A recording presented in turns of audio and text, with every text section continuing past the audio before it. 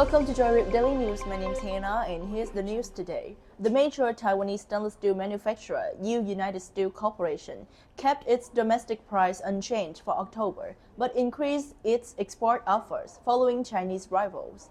On September 30, USCO informed its local customers about the price stabilization for the next month. Still, the decision was not publicly announced, as the company had been keeping individual negotiations since early this year.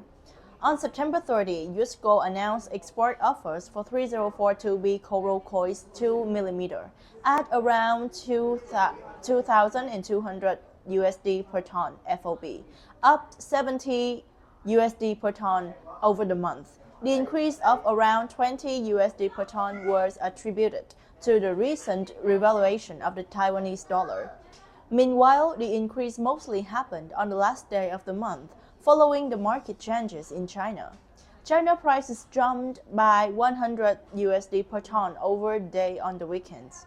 Market sources reported on Monday that Tong'an, another major stainless steel flats maker, also decided to keep local prices unchanged for October.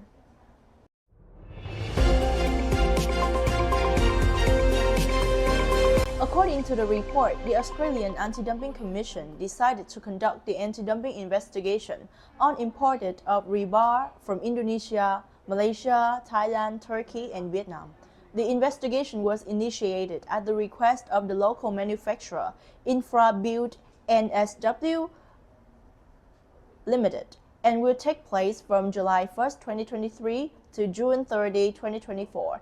In Indonesia, this investigation pertains only to two companies, such as Ispat Panca Putra and PT Putra Bata Delhi. The diameter of the products involved in this investigation can reach up to 50 millimeters. The relevant tariffs number are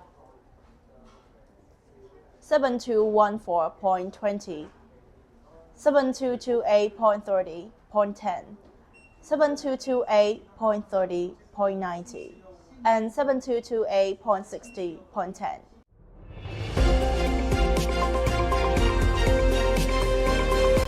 According to the report, the Canadian Steel Producers Association issued a statement urging the Canadian government to impose tariffs on steel imports from China.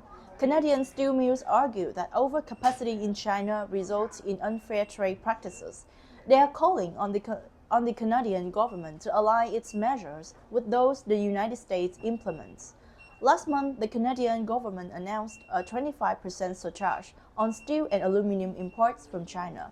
The CEO of Zecoman Industries, the largest independent steel tube and pipe manufacturer, urged the United States, Canada, and Mexico to unify their stance, implement equal and effective tariffs on imported Chinese goods, and actively prevent circumvention.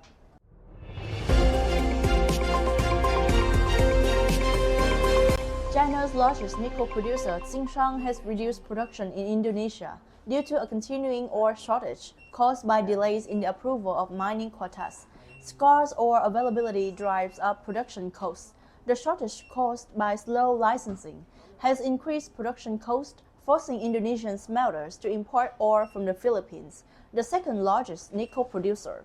Within a year, the volume of imported Philippine ore had increased almost tenfold.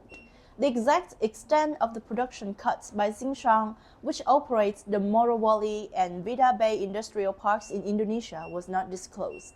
45% price increase for Indonesia ore. The limited availability of Indonesian ore has caused by prices to skyrocket by more than 45% since the end of 2023. Philippine ores have risen in the price and almost 30% in the same period.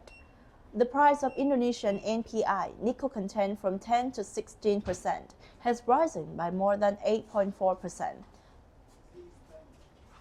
Even if some media associations continue to try and talk down the mood on the European steel and stainless steel market, surveys in particular are likely to paint a distorted picture, especially when the survey creators provide little information about the actual structure of their questions.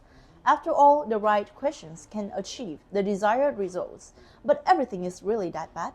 Or is it just another tale of the big steel company hunting for new subsidies at the expense of domestic SMEs?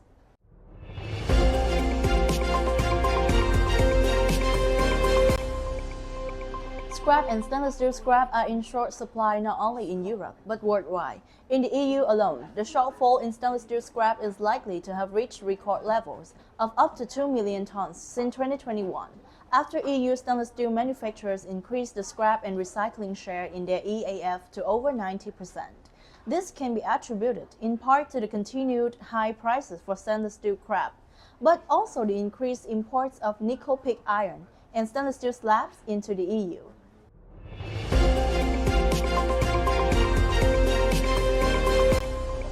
Scrap is becoming more and more desirable. When it comes to scrap, carbon steel manufacturers also recently voiced their concerns that the increasing switch to EAF will lead to an increasing shortage of other types of scrap. There have also recently been renewed calls in Southern Europe for an export ban on scrap.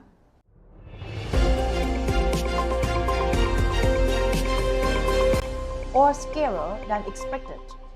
As already mentioned at the beginning, the industry giant Tsingshan has announced that it will reduce the production of nickel pig iron due to a shortage of nickel ore.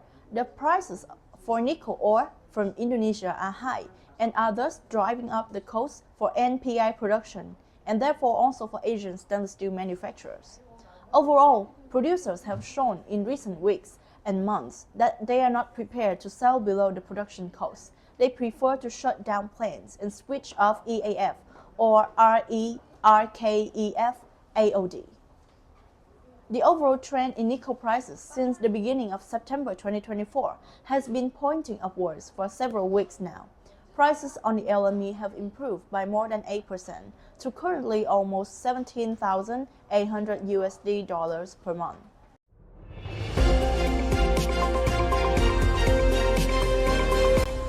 Europe with very limited stainless steel capacities. If the very limited production capacities of Western stainless steel manufacturers are taken into account, an economic area such as the European Union can only cover their stainless steel requirements through imports. This tends to point to a stabilization of stainless steel prices and room for price increases. Overall, this shows that the situation is generally favorable for price trends in the coming months. This is the end of the news today. Thank you for watching and see you in the next episode.